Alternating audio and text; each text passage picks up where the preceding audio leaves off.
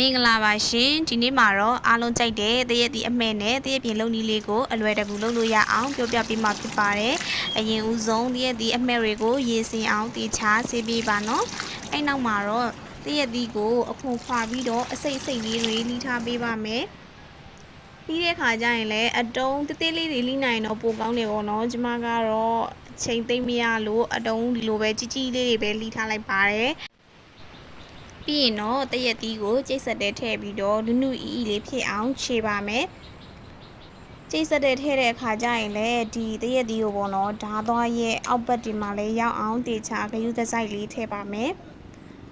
ကျိတ်ဆက်နဲ့ခြေတဲ့အချိန်မှာပထမဆုံးနှင်းလေးကြိတ်ကြမယ်ပေါ့နော်ပထမဆုံးနှင်းလေးကြိတ်တဲ့အခါကျမှ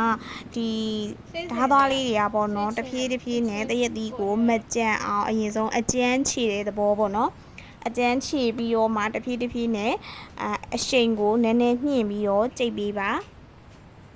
အဲ့လိုကြိတ်ခြင်းအဖြစ်တရက်ဒီအတုံးနေမကြံခဲ့စေဘူးပေါ့နော်တင်းသေးလေးမလီထားတဲ့အတွက်ကြောင့်မို့လို့ကျမရဲ့တရက်ဒီကတော့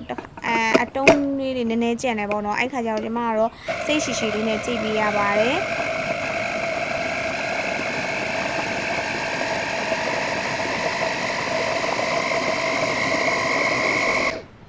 ဒီလိုလုပ်ပေးလိုက်ခြင်းအပြင်အတုံးလေးမကြံတော့ဘဲနဲ့နူးညံ့တဲ့တရက်ဒီအနှစ်လေးကိုရရှိစေပါတယ်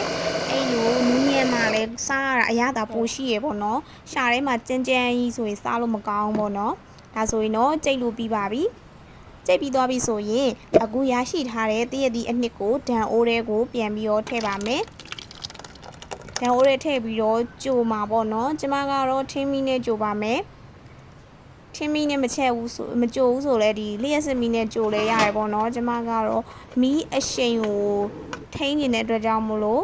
ထင်းမီနဲ့ပဲချက်ပါတယ်ထင်းမီနဲ့ကြတော့ကိုကမီးရှို့တတ်တယ်ပေါ့နော်လျှက်စနဲ့ကြတော့အရှိန်သိပ်ပြီးတော့မချိန်တတ်လို့ပေါ့နော်ပထမဦးဆုံးမီးအေးလေးနဲ့စပြီးတော့ကြိုပါပြီ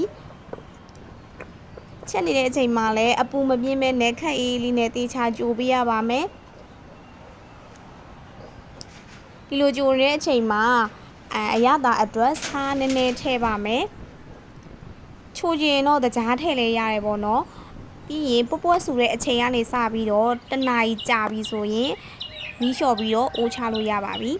ပြီးသွားရင်နေလမ်းမို့အတွက်ဘန်းထဲကိုစီအနှဲငယ်တုပ်ပါမယ်ဒါပေမဲ့စီမတုပ်လဲရတယ်ပေါ့နော်ကျမကတော့စီတုပ်လိုက်မိတယ်ဒါပေမဲ့စီတုပ်တဲ့ဟာတော့ကျမတော့တိတ်မကြိုက်ဘူးတကယ်ချင်းတို့ကကြိုက်တယ်ဆိုရင်တော့စီတုပ်လဲရတယ်မတုပ်လဲရတယ်ပေါ့နော်ပြီးသွားရင်မထူမပါလေးဖြန့်ပြီးရောနေလမ်းပါမယ်ကိုကြိုက်ရဘန်းလေးနဲ့လည်းအကြီးသေးလုပ်လို့ရပါတယ်2ရက်လောက်လှမ်းပြီးသွားပြီဆိုရင်တော့ကိုစားခြင်းတဲ့ပုံစံလေးလှီးလို့ရပါပြီအခုဆိုရင်အရသာရှိတဲ့အီချိုတရက်ပြင်လေးကိုစားသုံးလို့ရပါပြီဒီဗီဒီယိုလေးကိုကြိုက်တယ်ဆိုရင် like and subscribe လုပ်ပေးပါအောင်နော်